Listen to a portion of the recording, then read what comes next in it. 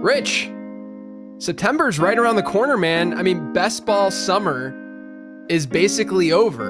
Do you have any favorite memories from the summer that we just had? I enjoyed a lot of the chaotic transactions, the Jonnu Smith and Brian Robinson trades, especially, but nothing was more entertaining than Ricky Pearsall dying and then being resurrected again from the questionable tag on DraftKings. Yeah, I definitely have one memory that will stick. That I'm just so pleased that it happened to me. Yesterday I was in a draft and Jalen Hurts fell to the late 5th round, so I got naked Hurts, and I said to myself, you know what? I'll draft Dallas Goedert ahead of ADP and get a stack. Except someone else in my league took Dallas Goedert 40 spots ahead of ADP.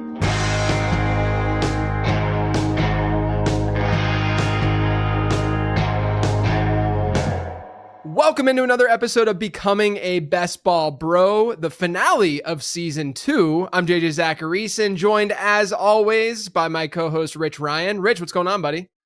Doing good, man. Bittersweet end to the summer. It means the best ball season is coming to a close, at least the draft season. But then that means football is right around the corner. For your podcast feed, you start going with your natural cadence next week. So it's right there. So it is sad a little bit, but super excited for the football to come.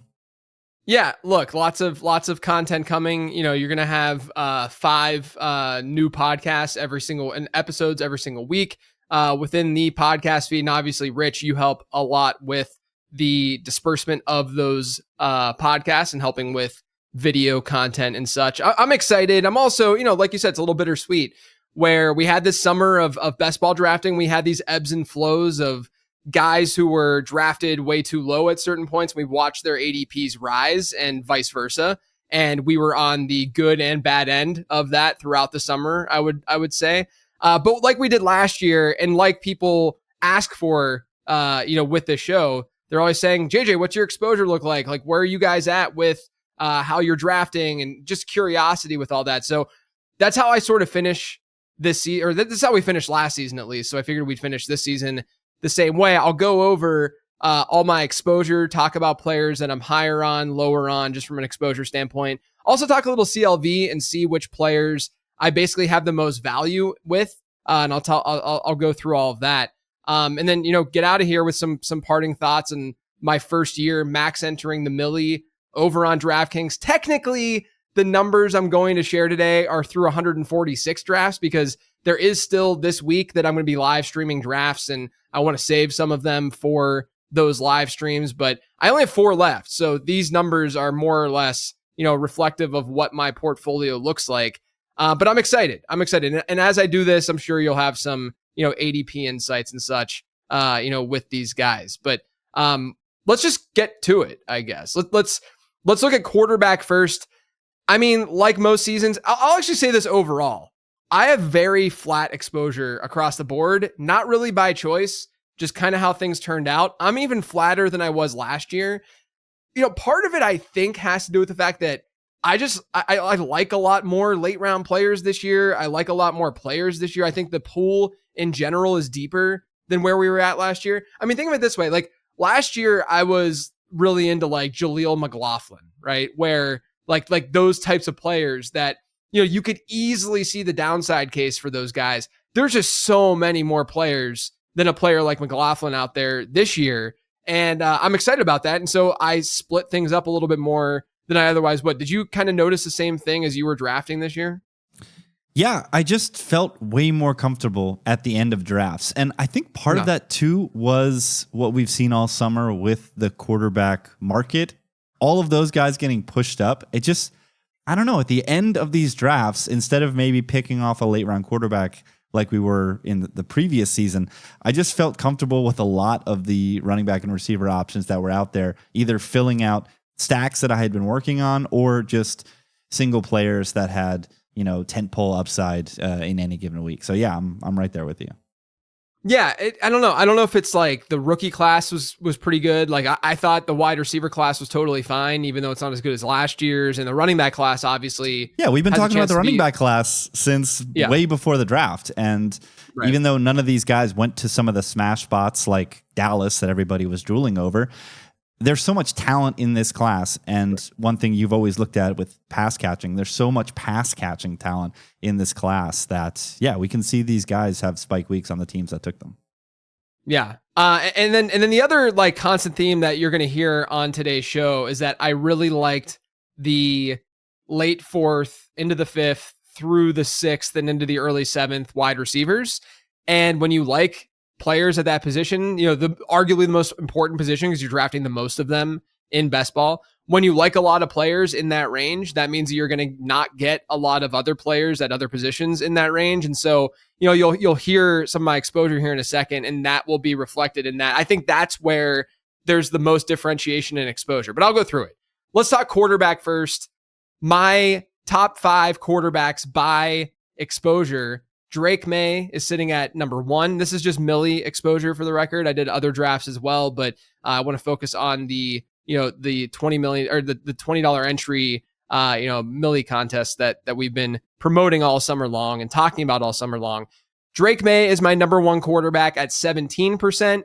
I do have some, I got him lower than where his closing, ADP is likely going to be. So I feel pretty good about that. Bryce Young is another one that I'm pretty high on. At 16% Bryce Young. That was more of a, late round, I need a stack kind of situation where you can get some of those pieces late, Jatavian Sanders or whomever. You can get them late. I also like Bryce Young. Like I think behind a good offensive line, you get Tedero McMillan. He averaged 5 points per game with his legs when he came back off the bench last year and 18 points per game in standard scoring leagues.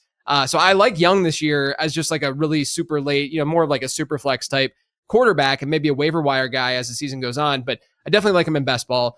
No one's going to be shocked by the next one at 14%. It's Jordan Love. Again, one of the, I just love the Green Bay passing attack this year. I started drafting a lot more Jacobs towards the end of the season. So I didn't get, as much of that 2-3 turn Jacobs because he did rise a little bit with all the other just stuff going on, with players in that range. But I like the Packers in general. I mean, it's a very solid, consistent offense that we know is going to be fringe top 10, if not solidly in the top 10 in touchdowns per game. They're going to throw the ball a lot more this year just based on regression.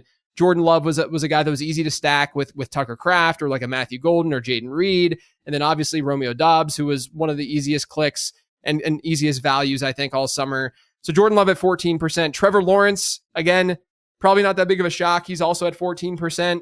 I got him obviously with Brian Thomas and Travis Hunter a lot, but I also got him with De'Ami Brown and some of the running backs and Brenton Strange and going that route and really just punting and getting a late stack. And then the last one, do I feel great about it? No, I don't feel that great about it, but it is Rich's Jets, Justin Fields. His ADP has been so strange to me all summer, right? I'm at 13% Fields, so he's my number 5.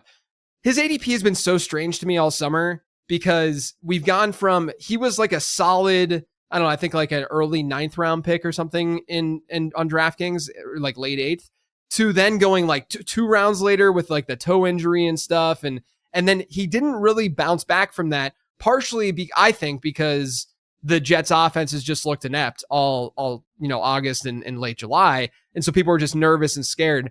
As you being the Jets homer among the two of us, what do you think the odds are if you were to put like a percentage here? The odds that Justin Fields does not play if he's healthy.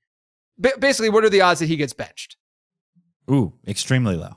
I would say that's what I'm saying. Yeah, right. Yeah. This is like a 20% outcome of him just getting straight up benched because of performance.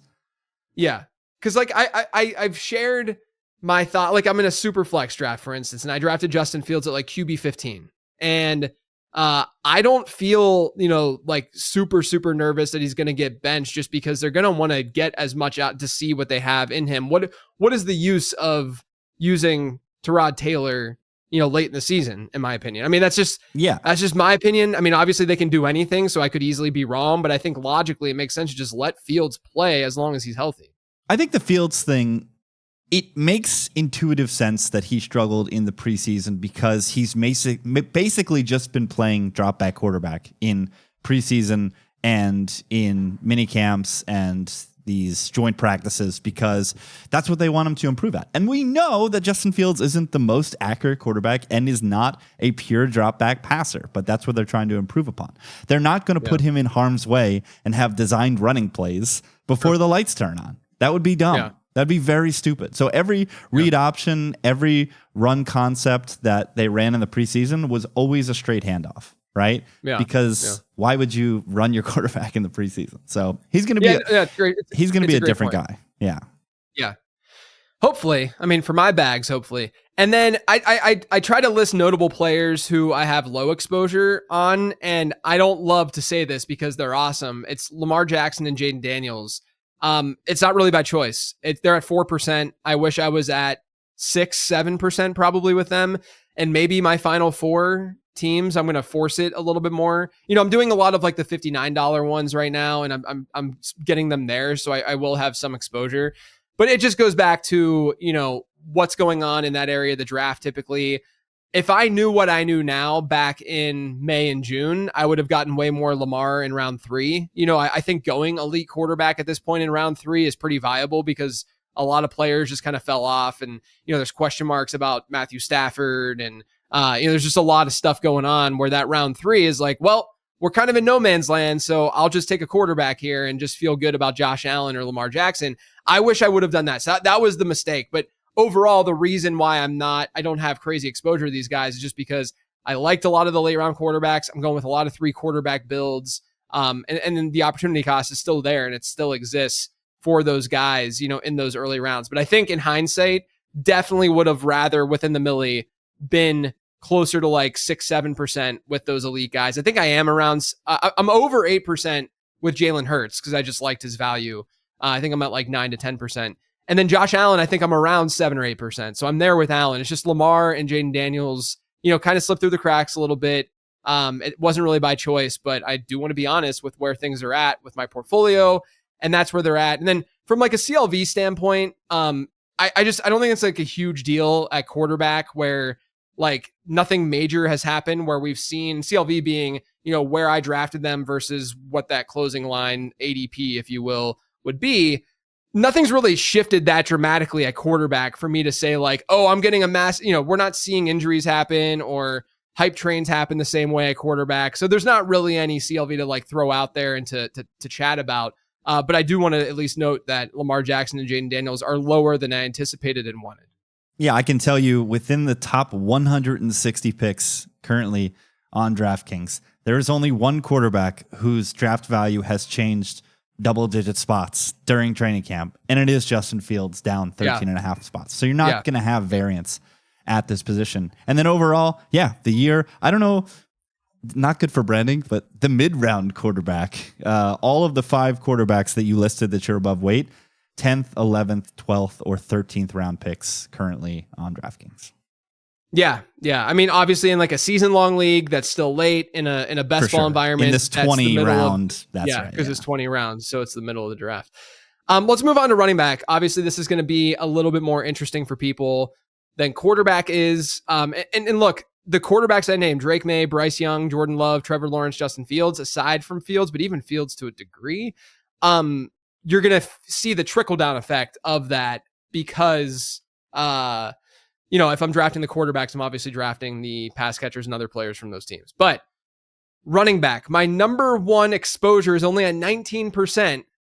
And did we ever talk about this guy? Was this name ever uttered on the podcast? Well, so it's Rico Dowdle. But yeah, I mean, like, I don't think that we've really gone that deep in talking about Dowdle aside from, he was just one of those guys that was late that could get some work and then obviously has contingent upside with an injury. But to me, I'll go through, I'll just say right now, notable players with lower exposure. I am only at 1% Chuba Hubbard. And I don't love that. I do wish I was more at like 3 or 4% just to get a little bit more comfortable. But I just love the wide receivers in that range so much that I was just getting the falling value in that tier as opposed to going after Chuba. And I have my hesitations about Chuba Hubbard this year, where I genuinely think that Dowdle is going to see a little bit of work. And then, like, me drafting Dowdle, I think is much more of a best ball play than a season long play, where I don't think it's going to be predictable. I just think that there's a chance he sees like 30% of the team's backfield share. And if that happens, then he might have some usable weeks here and there. And then, oh, by the way, what if all of the stuff that I've researched about pass catching backs and the low yards per route run with Chuba Hubbard and them bringing in Rico Dowdle and Trevor Etienne, what if that translates? I actually have it like 8% Trevor Etienne too, which is not something that I'm very proud of, but we'll see what happens there. Well, and if you're going to fade Chuba Hubbard, you should correlate them with these clicks as well, right? Like that just makes sense. You might as well go all in. Draft if you're right? Yeah, I guess there's an argument to make that you can make. If you say, I hate this backfield, I don't want anything to do with the situation, then you just don't take any of them. Or if you say, I really like this backfield, because, technically, like, I'm overweight on both Breece Hall and Braylon Allen right now. Not really by, like, not by a lot. I mean, like, Breece, I think I'm at like 9 or 10%, and Braylon Allen, I'm at like 12 or 13%. But, that's a situation where there's contingent upside. I think they're going to just be really run heavy. Is the ceiling going to be there from like a season long perspective as much? Probably not, but I think a weekly one, we could see, that ceiling hit. And look, with Carolina, I actually think, and I've said this before, I think Chuba Hubbard is a pretty good candidate to match his ADP, like to come through with like an RB 15 to 20 type performance. But my issue is there's just, again, wide receiver matters so much in best ball / in a full PPR environment. And that range is just rich. There's just so many good wide receivers in that area that have league winning upside that I just didn't want to pass on them, and maybe that'll be wrong. And this is just a stand that I've taken. Chuba's going to go nuts the first month of the season because their schedule is really good. But yeah, I mean, Rico Dowdle is the sort of inverse of the Chuba fade. So I've gotten a lot of Rico. Now, by far my biggest mistake of drafts this summer is the next guy. And we talked about this last week. It's Jalen Wright. I have 18% Jalen Wright, and people who just heard that, they winced a little bit. You guys hopefully feel for me because, right now, like as every day passes, things get worse for Jalen Wright, where now they're talking about like surgery. Not that that's going to happen, but like the fact that that was even brought up when none of us even remotely thought that was a thing, a week ago. And then obviously, I'm more mad at myself about the Jalen Wright stuff because I, leaned into some beat reporter stuff and a lot of the Jalen Wright exposure, for the record, is from like early to mid July. So it really didn't continue at a high pace in late July and into August. It's just, I got a ton of him early on, because my thought was Ollie Gordon versus Alexander Mattison. We don't know which one is going to be, the bigger bodied kind of early down type potential workhorse kind of player for that backfield. And then Alexander Mattison, his injury happens. And I wish I just would have been more aggressive in going after Ollie Gordon after that happened, because number one, I had a lot of Jalen Wright, so I should hedge a little bit. But number two, go read the prospect guide and read what I said about Ollie Gordon. Like, I'm not even taking my own advice. It's really frustrating. Like that. When I go back and I look back at a season, I do the things that I missed episode. And sometimes I miss things that the process was fine and I'm not really mad about it. And hopefully that's the majority of the cases.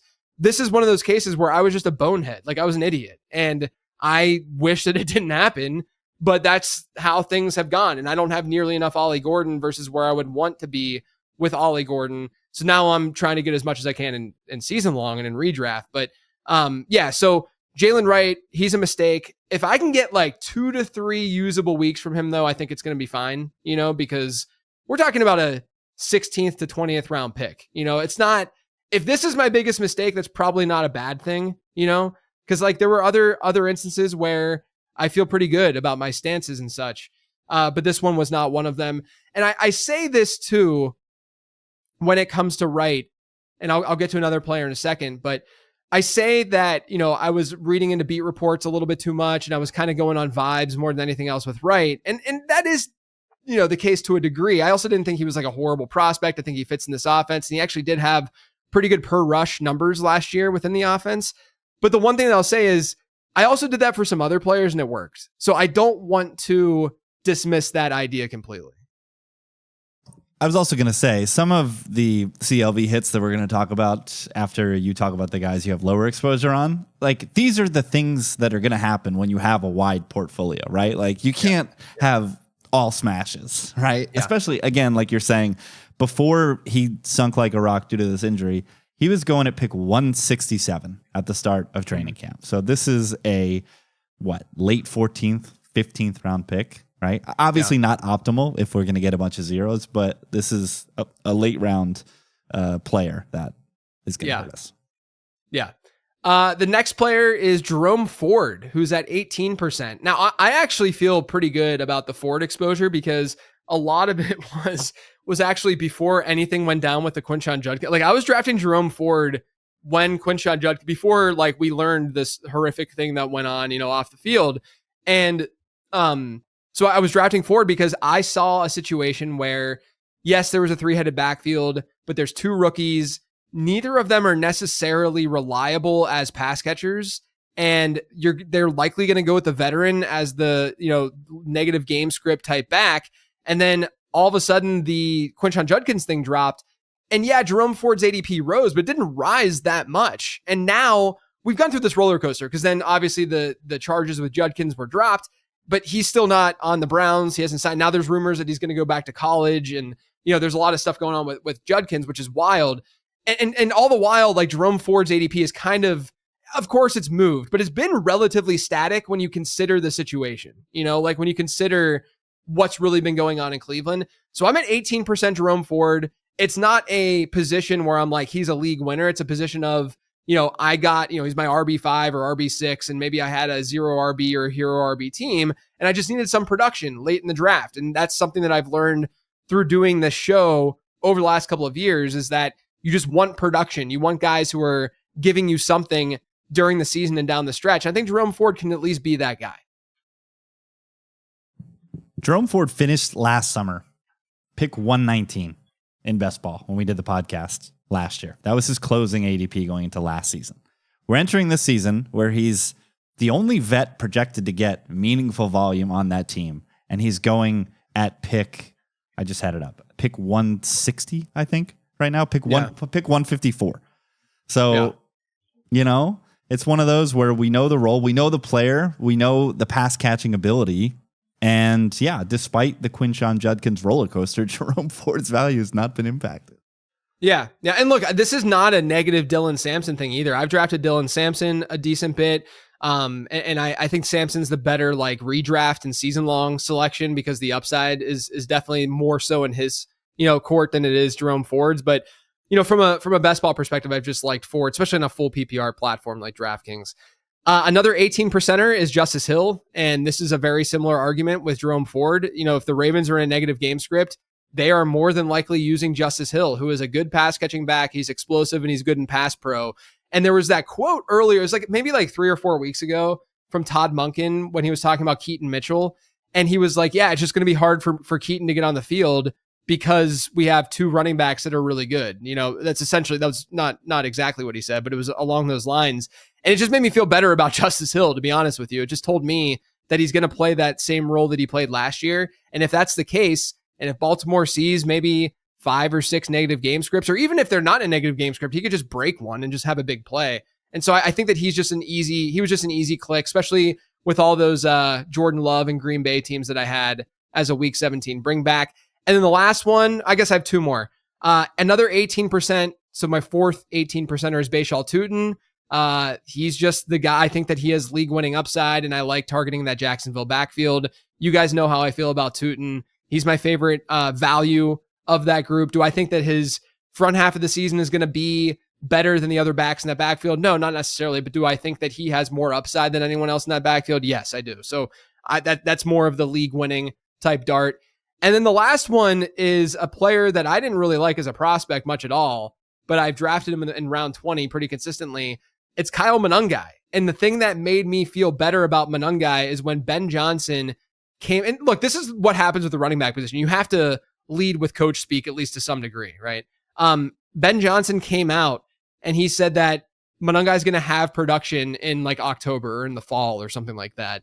And that told me that, okay, his job security is at least there, right? I know he's been banged up recently, so who knows what happens, but not someone that I'm like enamored with from a season-long perspective, because I don't think the pass catching is going to be there. But I think there's a chance that he's an early down bruiser type for them and that he scores some touchdowns this year.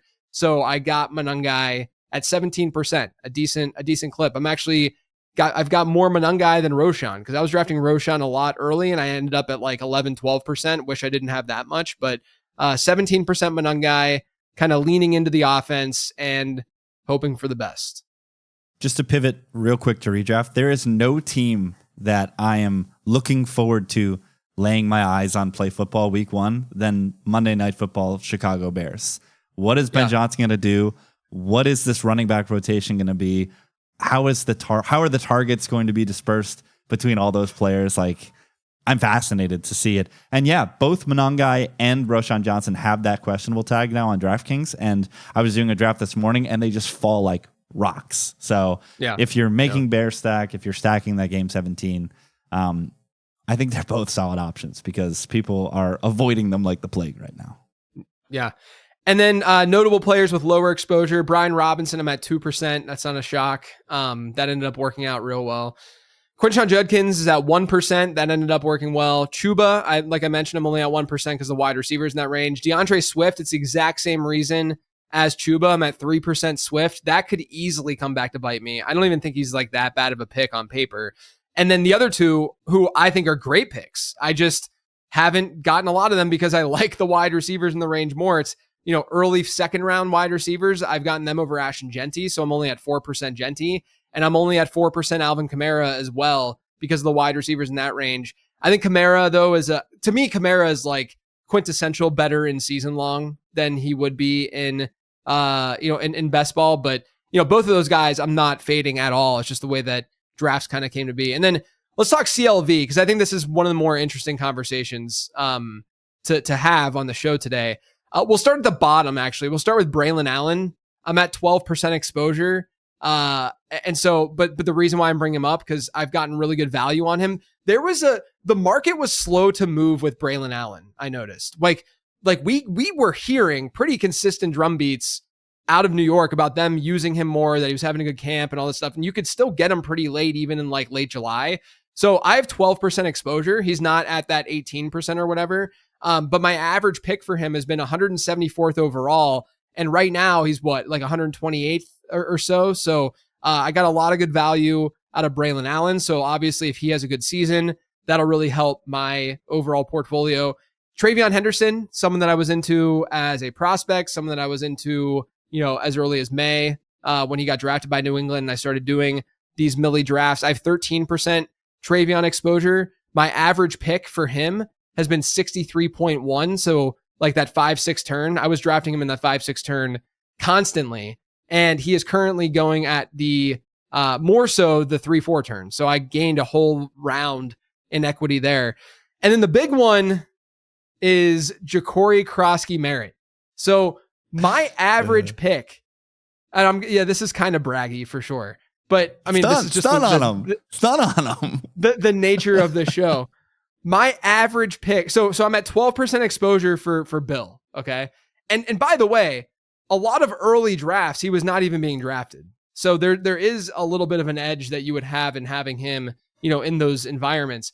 But that's when I was getting him, because my average pick for Ja'Cory Krosky-Merritt is 227th overall. So I was just getting him in the 20th round, and I was getting him a lot in the 20th round. And now he is going in the top 100 pretty comfortably. So if Bill has a special season, if he has like that Alfred Morris season, there's a good chance that my Milly teams are in pretty good shape. That's the one, right? That is a massive hit. And like I said, when you have a portfolio this large, like you're going to have some misses, and it's worthwhile to have some misses when you can have some massive hits like this. Bill up 137 spots since training camp started. But on that Braylon Allen, I want to affirm what you were saying. Up 52.5 spots, Braylon Allen is since the start of training camp. Yeah, I mean, it just seemed like there were some instances where people reacted really harshly, like Ollie Gordon. People reacted really heavily and quickly to Ollie Gordon, but they weren't doing that to guys like Allen and Ja'Cory Krosky-Merritt. This episode is sponsored by DraftKings. There's no better way to lock in your fantasy dominance early than with Best Ball on DraftKings, where you draft once and ride your roster all season long. And right now, DraftKings is giving all customers a can't-miss offer. Draft one, get one. Enter a lineup in the $15 million Best Ball contest for just $20, and you'll score another Best Ball ticket to play free for a share of that $15 million, giving you a second shot to win big. It's easy. Just draft your dream team once, no weekly management required, and let your top scorers automatically start each week. Across the whole season, every breakout star, every clutch play, every touchdown will count towards your quest for a share of $15 million. I'm drafting over there all the time. It's an absolute blast. So download the DraftKings Daily Fantasy app now to draft your $20 Best Ball lineup to play for a share of $15 million and get a second ticket to play free for a share of that $15 million. That's 2 chances to win big without ever setting your lineup again. Draft one, get one, only on DraftKings. The crown is yours. Gambling problem? Call 1-800-GAMBLER. In New York, call 877-8-HOPE-NY or text HOPE-NY to 467-369. In Connecticut, help is available for problem gambling. Call 888-789-7777 or visit ccpg.org. 18 plus in most eligible states, but age varies by jurisdiction. Eligibility restrictions apply. Void where prohibited. 1 per customer. Enter the Best Ball $15 million headliner contest by 9/4/25 to get 1 bonus entry. $20 entry fee required. Reward expires in 30 days. See terms at DraftKings.com/NFL-best-ball. Sponsored by DK. Now back to the show. All right, let's move on to wide receiver. The haters are going to hate to hear this. The haters will not enjoy when I say Rome Odunze is my number 1 exposed wide receiver in the Milly at 19%. I think that he, like, if you look at my rankings, he's only 1 tier below DJ Moore, and they're like 5 spots apart in overall ADP. One of my bold predictions may or may not be later this week. If you subscribe to the late round newsletter, where I send out the final 5 predictions that I did not include on the podcast, I think Rome Odunze could outscore DJ Moore this year, just straight up. Like, I don't see why that's even that bold. So I've liked the Bears offense. I like Odunze as a high variance play. So I drafted him a lot in that range. The next one's Devontae Smith. That really shouldn't be that much of a surprise to people. He is a relatively like inconsistent player. So maybe you're not totally in love from a season long perspective. I don't care as much about that kind of thing, especially in deeper formats where you're just kind of like, you got like a long lineup and you're just throwing guys in your lineup and you're going to have to take the valleys with the peaks. So it's a lot easier to draft him in those kind of, if you have like a 1 quarterback, 2 running back, 2 wide receiver, 1 tight end, 1 flex kind of league, you might not be as interested in Devontae Smith. I think Smith is a great pick though this year. The Eagles are going to throw the ball probably 120 plus more times than they did last year. We've seen him with really good contingent upside when AJ Brown or Dallas Goedert go down. So I'm at 18% Devontae Smith. Ricky Pearsall, I'll get to him. I'll talk about Pearsall later too. But Ricky Pearsall, I'm at 18%. I bought him a lot when the pup tag went up on next to his name, because it was very clear that he was not going to like miss the season or anything. Like, it was just wild that he was falling to like the 9th round. So I got a lot of them there. De'Ami Brown is at 18%. Do I feel great about this? Absolutely not. But let's see what happens. This just goes back to the Trevor Lawrence thing. I would draft Trevor Lawrence and say to myself, all right, I got to get a stack later. I'll get De'Ami Brown. And then also I could take him standalone. I think he's going to be used in the offense. So I don't think he's going to be a 0, and you could often get him in like the 19th round. So I just went that direction. And then the last one, unfortunately, is Khalil Shakir. And I say unfortunately for 2 reasons. Number one, I did a little bit more research this offseason on the slot type guys like him and Jaden Reed, and I became more bearish about those types of players. So that's the first thing. The second thing is he got injured, right? So I'm at 17% Shakir. I wish I was at more like 10%. It would make me feel a lot better. And I did not, I have negative value with him just because I was drafting him before the injury. And then obviously the injury happened and he dropped like a round and a half. So those are my top wide receiver exposures. Notable players with lower exposure include Marvin Harrison Jr. at 3%, which, I mean, look, that could bite me for sure, but I am just nervous that nothing really changed in that offense. And there were, Devontae Adams in that range. There was even like Kyron or some of the, James Cook towards the end, and now Travion, and then George Kittle. Like, there were just other players I preferred more, in that spot, Amari and Hampton at times. And so I don't have that much. Marvin Harrison Jr., 3%. DJ Moore, 5%. Honestly, shocked that it's at 5% even, because I'm really low on Moore this year. And then Terry McLaurin, I'm at 5%. I bought him a little bit when he was falling into the 5th, but I just think he's a big regression candidate. And now I'm even more nervous because even though he got that deal, he could start the season off a little bit slow. All right, let's talk CLV with these wide receivers. My top 3 values, the guys that I need to do well this year, just based on where I drafted them. Keenan Allen is one of them. I have 10% exposure with Keenan Allen, and the average pick is 193rd overall, and now he's going 110th overall. So 10% exposure with that feels pretty good. Emeka Egbuka, I don't think anyone's shocked by this. I'm at 11% exposure. I got him on average at 92nd overall, which is kind of shocking to think about whenever you consider where he's at now, which is 52nd overall. So that feels really good. And then a guy I talked about, Ricky Pearsall, 18% exposure. The average pick for me was 81st overall, and he's now going 58th overall. So that one, to me, like if I were to bucket running back and wide receiver and pick one guy who I think I have the most leverage on the field with, it's probably JCM. It's probably Bill at running back, and then it's probably Ricky Pearsall at wide receiver. Yeah, and with this Ayuk injury, with the ambiguity around Juwan Jennings, and just that entire receiver room as a whole in San Francisco, I mean, the arrow is pointing straight up for Ricky Pearsall to smash. Fingers crossed. Yeah. Let's move on to tight end. Not as fun as running back and wide receiver, but I think that the number one guy that I have from an exposure standpoint is kind of interesting because he's an early round pick. It's Trey McBride. A lot of the McBride exposure has to do with the fact that I got a decent amount of like 101s, 102s in drafts. But then also he was an easy click for the most part. Like he was a safe option. There wasn't much of the up and downness to his profile versus some of the other guys that were going in that range. Like I said earlier, there was that drop off. So sometimes he would inch into the 3rd round, and he was just the last guy before there was that drop off. So Trey McBride at 16%. And I liked him and his opportunity cost more than Brock Bowers and Bowers' opportunity cost. Brenton Strange, just going back to the Trevor Lawrence stuff, 15% Brenton Strange. Jatavian Sanders, going back to the Bryce Young stuff, he's at 14%. And then I have 3 tight ends tied at 13%. Theo Johnson, who I feel great about now. Like right now, it feels like if Theo Johnson's a top 15 wide receiver this year, when we look back on the season, I don't think anyone should be like shocked. He's got a great athletic profile. There's not that many like solid, solidified pass catchers in New York outside of Malik Neighbors. And that's something that we should always look for. And he's an ascending talent. So Theo Johnson, I think, is really intriguing. Tucker Kraft is at 13% as well. I've talked about him enough on the show that I don't need to bring him up anymore. And then the last one's Tyler Higbee.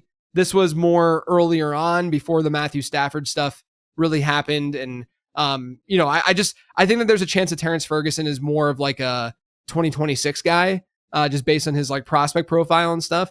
And so I got Higbee as a 20th round pick pretty frequently. Probably wish I didn't have 13%. Probably wish it was more like 10%, but it's a 20th round pick. Hopefully it's not that big of a deal. And this is emblematic of something that you and the guests have spoke about all summer. Of at tight end, you either go elite or you wait. And that's very emblematic in the players that you just touched on. You either took McBride early in this respect, or you waited and you paired guys with quarterbacks who you had previously selected just to get those stacks going. Yeah, and if you look at the players with lower exposure, it plays into that even more. Well, first off, Jonnu Smith is one of them. I have 1% Jonnu Smith. I don't know. To me, I don't think that there is an obvious candidate of which tight end I prefer more between Pat Freiermuth and Jonnu Smith in the Steelers offense. And so I haven't spent the premium to get Jonnu. Maybe that'll be wrong, but I don't know if that'll really burn me just given the offense that he's in and stuff. And then the other two are Sam Laporta and Travis Kelce. Laporta I've gotten in some of the other contests. So him being at 3%, it's, my overall portfolio, he's a little bit higher. But Travis Kelce, I've not really been drafting that heavily. I'll get him when he falls, but I'm nervous. I mean, he's engaged now, as we learned today.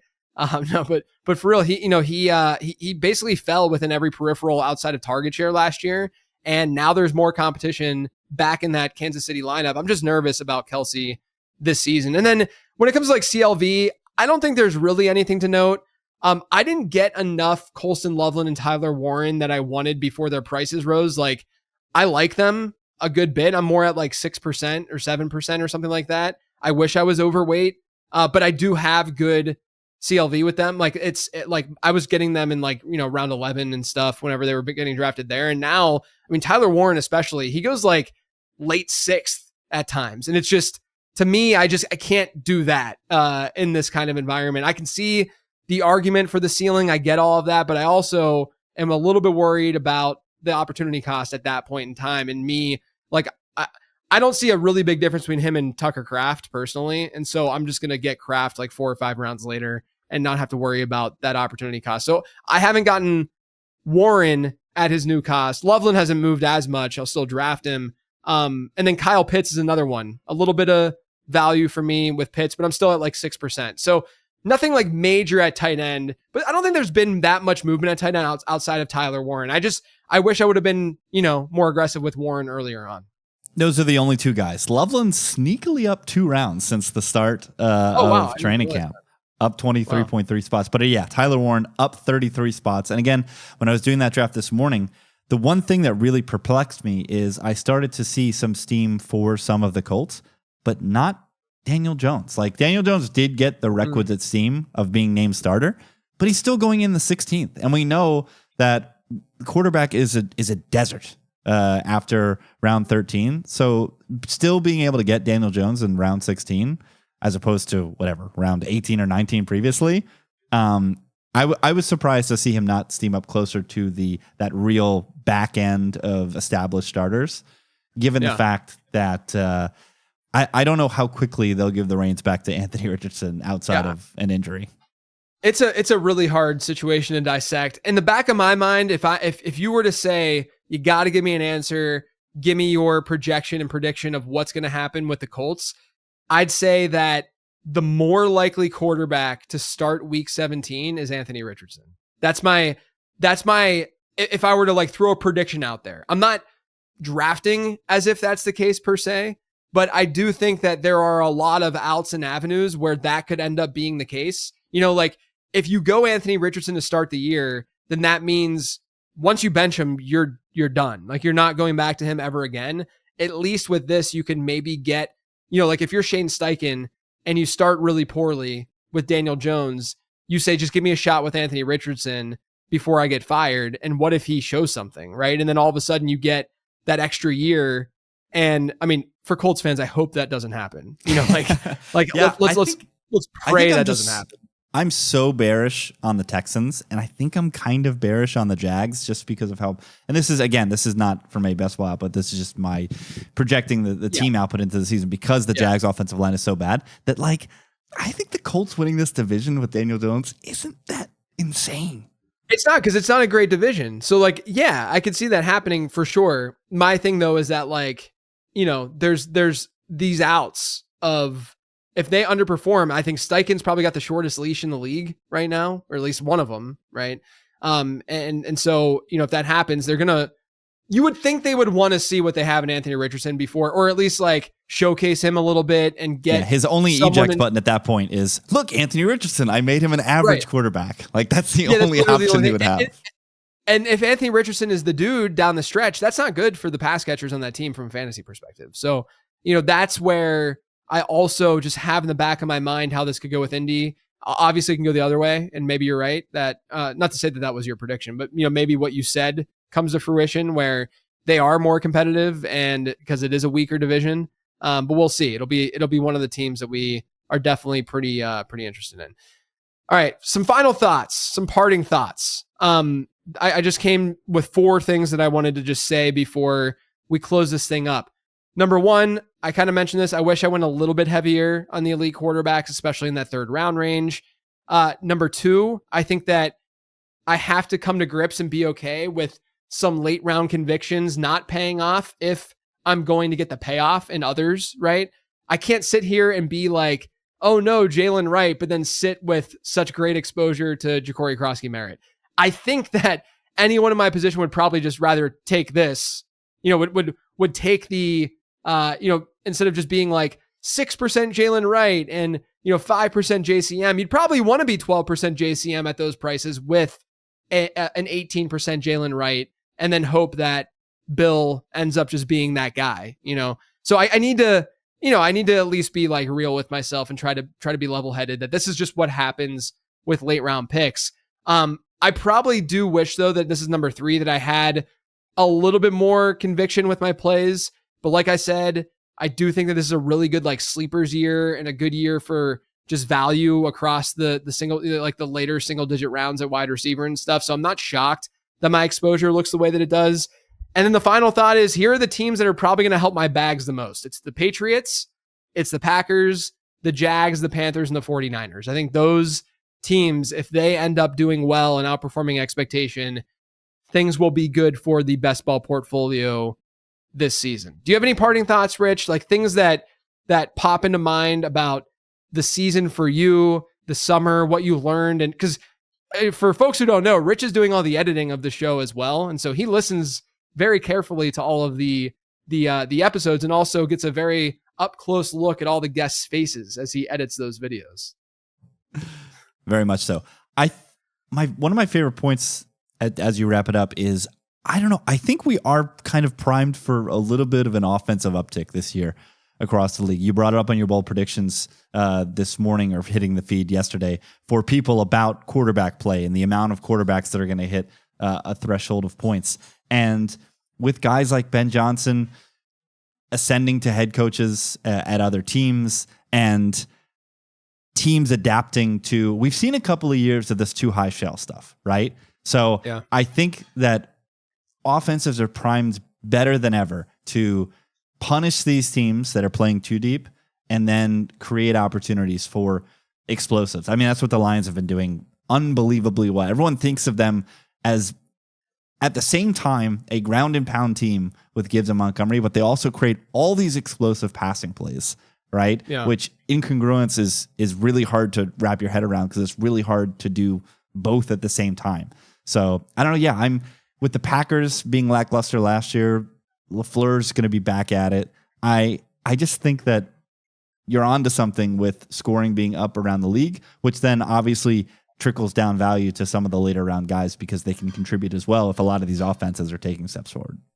Yeah, just got to hope that quarterbacks can stay healthy, right? Like as long as they stay healthy, really then hopefully. Yeah, because like you see these quarterback transactions these last couple of days of guys getting cut. Kenny Pickett going for a 5th round pick. It's like there is such a dearth of quality backup quarterback, and I get it. It's the hardest position to play in sports. So yeah, fingers crossed. Let's keep these guys healthy and keep the points up. Yeah. All right, so no guests this week. So Rich, tell everyone where they can find you, what you're doing during the season, because I know you got some stuff going on, all that good stuff.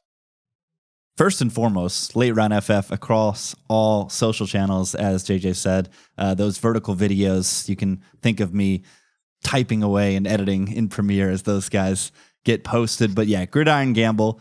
This week, we're looking at week 1 and looking at scenarios. What are we looking for to go on? We've had months of predictions and thinking, but what specifically can change our opinions on these teams for week 1. And then from there on out, every week we are entering a $1,000 Circa Sports Million card, 5 picks against the spread. Our attempt to try to win $1 million. Where can people find that? Gridiron Gamble across all platforms. One word on social, and then just Gridiron Gamble. Podcasts, YouTube, wherever you guys get your stuff. Perfect. All my stuff is over on lateround.com. Make sure you are purchasing the draft guide. One more update for the draft guide, and then we're good, because cuts are happening and trades are happening and all that stuff. But the draft guide is still for sale. The prospect guide is only $9.99 right now. If you guys want to learn some of these prospects and see what I had to say, about like an Ollie Gordon and such back in May. Make sure you're subscribed to this podcast. Make sure you're subscribed to the YouTube channel, youtube.com/@lateroundff. Otherwise, everyone, thanks for a great season. Thanks for listening and giving us feedback. And it was just a joy. It was just a really fun season and a really fun series to do once again. We hope that we get to do it again next year. I'm sure we'll do a recap episode like we did last season. We'll do one at the end of this year, but we really, really appreciate it. It's been a blast. Thanks for tuning in.